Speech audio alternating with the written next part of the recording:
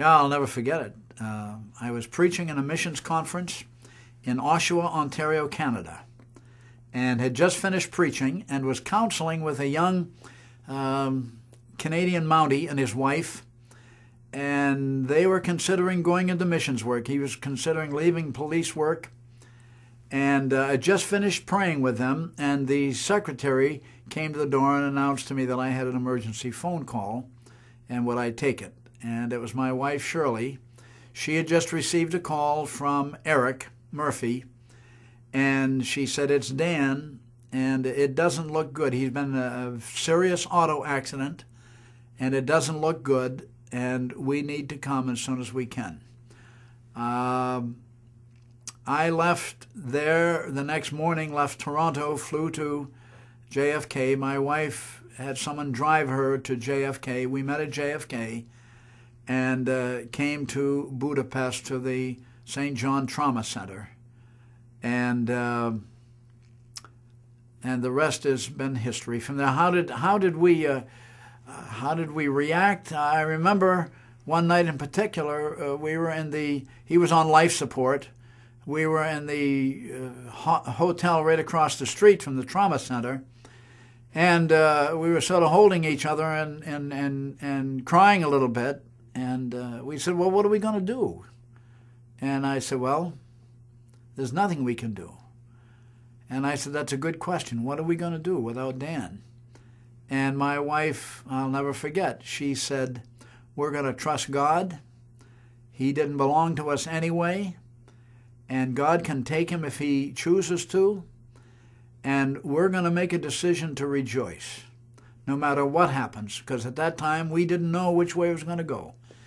And from then on, we had made a choice to rejoice. And that's what we did by the grace of God. And God's Word tells us in 2 Corinthians that he is sufficient for every situation.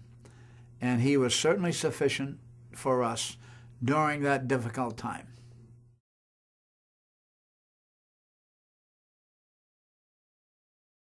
Our biggest positive surprise, I hate to say it's a surprise,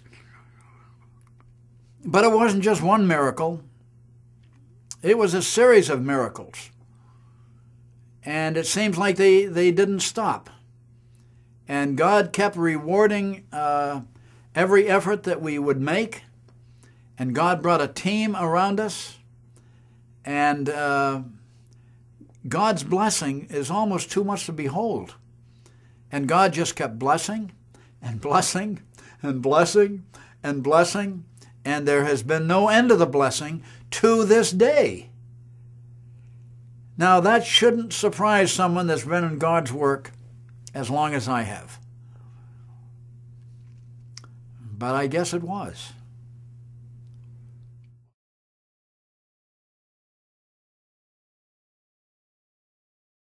Single biggest blessing? Oh my.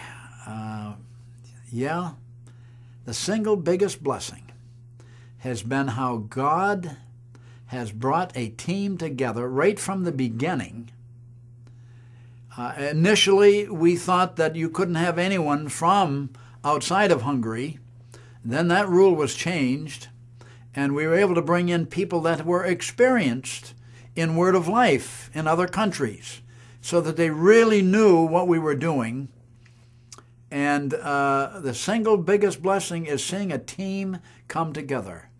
And from Eric Murphy, our son Dan, they all work towards one goal. And then down to Alex and Dave James and the folk that have been added there in the last few years, the board of directors. From the very beginning, some of the most outstanding men in the entire country are on our board. And I wish I had time to tell you how they came to be on our board. They were invited there because they were men of God. And then the team that Alex has put together, and all of Word of Life Hungary is one series of miracles. And one of the greatest blessings is to see a team that has come together that is shines with any of our best teams around the world.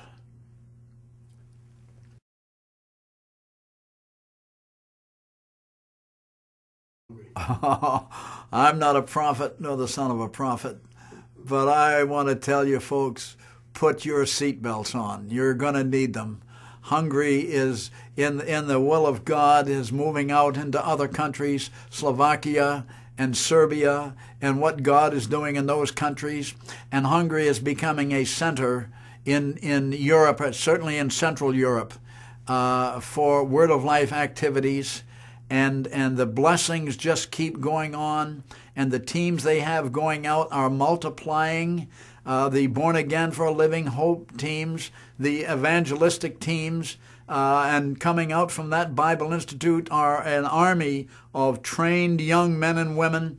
And out of that well is going to come hundreds and tens of thousands and maybe hundreds of thousands of young men and women across Central Europe and around the world that came out of such a humble beginning and out of Toalmash Castle and the great heart for God that staff has there. The future is bright. And as I said earlier, put your seatbelt on. You're going to need it in the next 20 years.